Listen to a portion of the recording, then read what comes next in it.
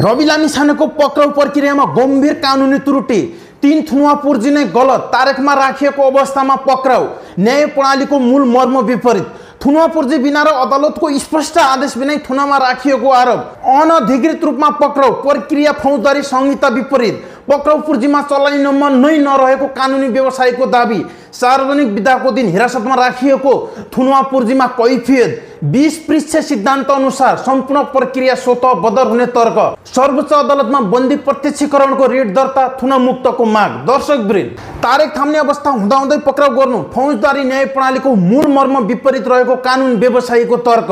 पूर्व उप प्रधानमन्त्री तथा गृहमन्त्री समेत रहेका राष्ट्रसभा सभापति रवि लामिछाने अहिले रूपन्देहीको जिल्ला कारागारको ब्लक नम्बर 4 मा थुनामा छन्। उच्च अदालत तुलसीपुर बुटवल इजलासको 22 चैतको आदेश लगत्तै उनलाई पक्राउ गरिएको थियो, तर रविलाई थुनामा राख्ने प्रक्रियामै प्रचलित कानुन र संविधानको उल्लङ्घन भएको विभिन्न आधारहरू देखिएका छन्। रवि रूपन्देही जिल्ला अदालतमा 1 करोड बैंक ग्यारेन्टी राखेर साधारण तारिखमा मुद्दाको पूर्वपक्षमा नियमित उपस्थित हुँदै आएका थिए। उनलाई आगामी 23 वैशाखमा अदालतमा पुनः उपस्थित हुन आदेश दिएको थियो, तर कानुनअनुसार तारिख थाम्ने अवस्था हुँदाहुँदै उच्च अदालतको आदेश लगत्तै पक्राउ गरियो। फौजदारी न्याय प्रणालीको मूल मर्म नै प्रक्रियामा न्याय हो, जुन रविको प्रकरणमा लत्याइएको देखिन्छ। मुलुकी फौजदारी कार्यविधि संहिता र फैसला कार्यान्वयन निर्देशिका 2075 ले स्पष्ट रूपमा कुनै पनि अभियुक्तलाई थुनामा राख्न अदालतको स्पष्ट आदेश र थुनुवा पूर्जी अनिवार्य गरेको छ, तर रविलाई पक्राउ गर्न न स्पष्ट आदेश थियो न थुनुवा पूर्जी नै। 22 चैतको साँझ 7:45 बजे उच्च अदालत तुलसीपुर बुटवल इजलासले दिएको आदेश कार्यान्वयनका लागि भन्दै प्रहरीले राति 8:30 बजे रविको शयन कक्षमा प्रवेश गरी पक्राउ गरेको थियो, तर उक्त आदेशलाई प्रहरीले कस्तो कानुनी आधारमा कार्यान्वयन गर्यो भन्ने स्पष्ट छैन। त्यस्तै रविको मुद्दा नै दर्ता भइसकेको अवस्थामा पनि प्रहरीले पुनः अनुसन्धानका लागि भनेर पक्राउ गर्नु र थुनुवा पूर्जी दिनु नै फौजदारी कार्य संहिता विपरीत रहेको भन्दै उनका कानुन व्यवसायीले प्रश्न उठाएका छन्। काठमाडौँ उपत्यका अपराध अनुसन्धान कार्यालयले उनलाई निवासमै पक्राउ गर्दा तपाईले उच्च अदालत तुलसीपुर बुटवल इजलासमा सहकारी ठगी सम्बन्धी कसुर र संगठित अपराध कसुरको अनुसन्धानको सिलसिलामा तत्काल पक्राउ गर्नु परेकाले यो पक्राउ पूर्जी जारी गरिएको छ, लेखिएको पक्राउ पूर्जी दिएको थियो। जबकि रविको मुद्दा पहिले नै दर्ता भइसकेको थियो, अर्थात् उनीमाथि अभियोग लागिसकेको अवस्था थियो। यस अवस्थामा अनुसन्धानका लागि थुनुवा पूर्जी दिनु फौजदारी कार्यविधि संहिताको दफा 9(6) विपरीत भएको रवि पक्षका कानुन व्यवसायी अधिवक्ता डाक्टर नारायण कौडेलको दाबी छ। यो दफा अनुसन्धानको क्रममा मात्रै पक्राउ गर्न सकिने प्रावधान हो, न कि मुद्दा दर्ता भइसकेपछि उनले भने। त्यस्तै जिल्ला प्रहरी परिसर काठमाडौँले अदालतको फैसला कार्यान्वयनको आदेश अनुसार प्रहरी हिरासतमा राखी अनुसन्धान गर्नुपर्ने भएकाले आजको मितिदेखि प्रहरी हिरासतमा राखी अनुसन्धान गर्न यो थुनुवा पूर्जी दिएको छ भन्ने ब्यौराको पूर्जी दिएको थियो। जबकि पूर्जीमा कार्यालयको चलानी नम्बर समेत थिएन। डाक्टर कौडेल भन्छन्, मुलुकी फौजदारी कार्यविधि संहिता 2074 को दफा 80 बमोजिम कुनै व्यक्तिलाई थुनामा राख्दा त्यसको कानुनी आधार र कारण खुलाई फैसला कार्यान्वयन निर्देशिका 2075 को दफा 3 र 4 बमोजिम जिल्ला अदालतको थुनुवा पूर्जीबाट मात्र थुनामा राख्न सकिने कानुनी व्यवस्था हुन्छ। ती निकायको कुनै पनि पत्राचार र आदेश बेगर आदेश अनुसार भनी प्रहरीले अनुसन्धान गरी मुद्दा दायर भइसकेको मुद्दामा यस प्रकार अनुसन्धान गर्न भनी अनधिकृत पूर्जी दिई थुनामा राख्न मिल्दैन।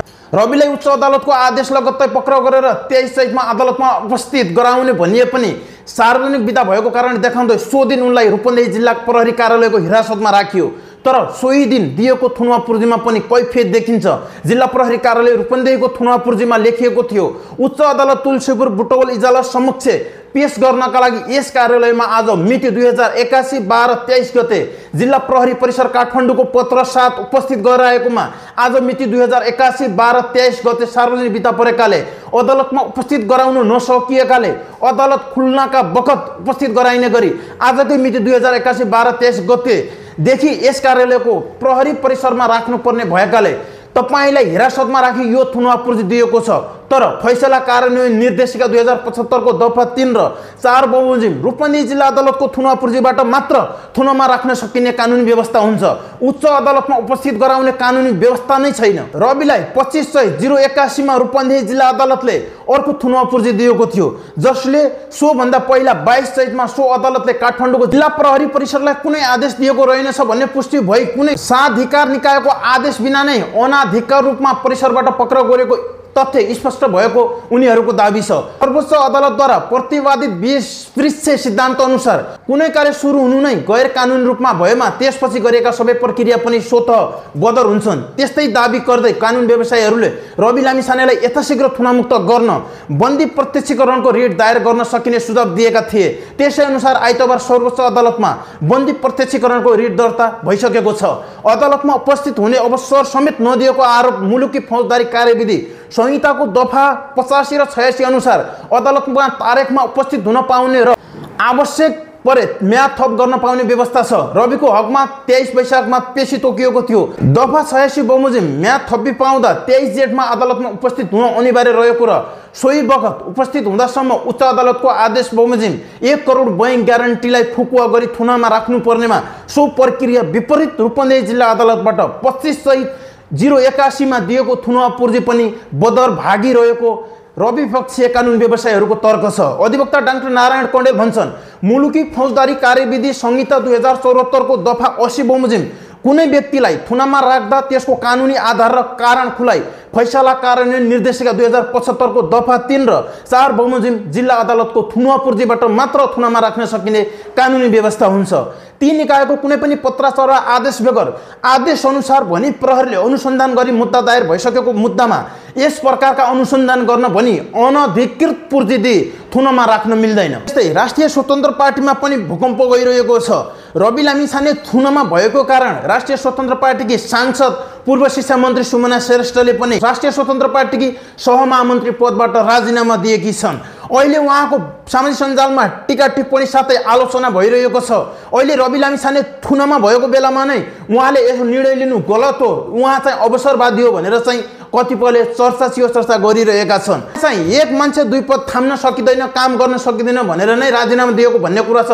तर उहाँलाई चाहिँ अहिले अवसरवादी भनिएको छ। रवि लामिछानेले विदेशी केटासँग बिहे गरेको एउटा सुमना श्रेष्ठलाई थमक्क समातेर संसदमा लिएर रवि लामिछानेले सचिवालय सदस्यमा मनोनित गरेर त्यसपछि मन्त्री समेत बनाएका थिए। तर अहिले त्यही रवि लामिछाने थुनुवा परेको बेला अथवा उहाँलाई अप्ठ्यारो परेको बेला अहिले सुमना श्रेष्ठले उहाँलाई लात्ती हानेर चाहिँ आएको भनेर चाहिँ सामाजिक सञ्जालमा चर्को आलोचना भइरहेको छ। अहिले विभिन्न सामाजिक सञ्जालमा अवसरवादीको बीचमा रवि लामिछाने उठ्दैछन् भनेर समाचारहरू बन्न थालिसकेका छन्। चाहे ढाका कुमार किन नहोस्, चाहे कुल ढकाल किन नहोस्, चाहे सुमना श्रेष्ठ किन नहोस्, यिनीहरू अवसरवादीले गर्दाखेरि रवि लामिछाने अहिले अप्ठ्यारोमा परेका छन्। रवि लामिछानेले सबैभन्दा विश्वास गरेका पात्र हुन् सुमना श्रेष्ठ, ढाका कुमार र मुकुल ढकाल हुन्। तर अहिले तिनीहरूले नै उहाँलाई लात हानिरहेका छन् भने रवि लामिछाने माथि कुल्चिरहेका छन्, जो कि रवि लामिछानेले रोडबाट टिपेर यिनीहरूलाई चाहिँ सांसदसम्म मन्त्रीसम्म पुर्याएका थिए। अहिले यस विषयमा चाहिँ चर्को आलोचना भइरहेको छ भने सबैले यस विरुद्ध एकजुट हुनुपर्छ। रवि लामिछानेलाई अहिले अप्ठ्यारोमा पारिरहेका छन्। जब एक दिन रवि लामिछाने धुलो टकटकाइ उठ्नेछन् त्यसपछि यस्ता विचलित पार्ने र अवसरवादीहरू पनि एक ठाउँमा ठेगाना लगाउनेछन् भनेर चाहिँ अहिले राष्ट्रपक्षका कार्यकर्ताहरू भनिरहेका छन्।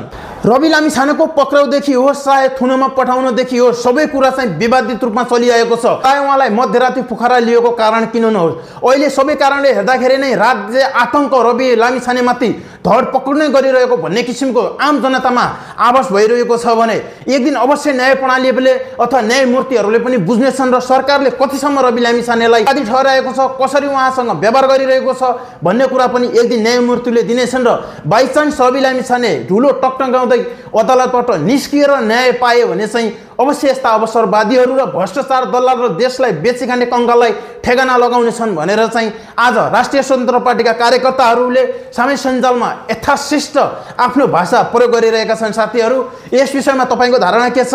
यस्तै भिडियो हेर्नको लागि हाम्रो च्यानललाई लाइक, सेयर र सब्स्क्राइब गर्न नभुल्नुहोला। धन्यवाद।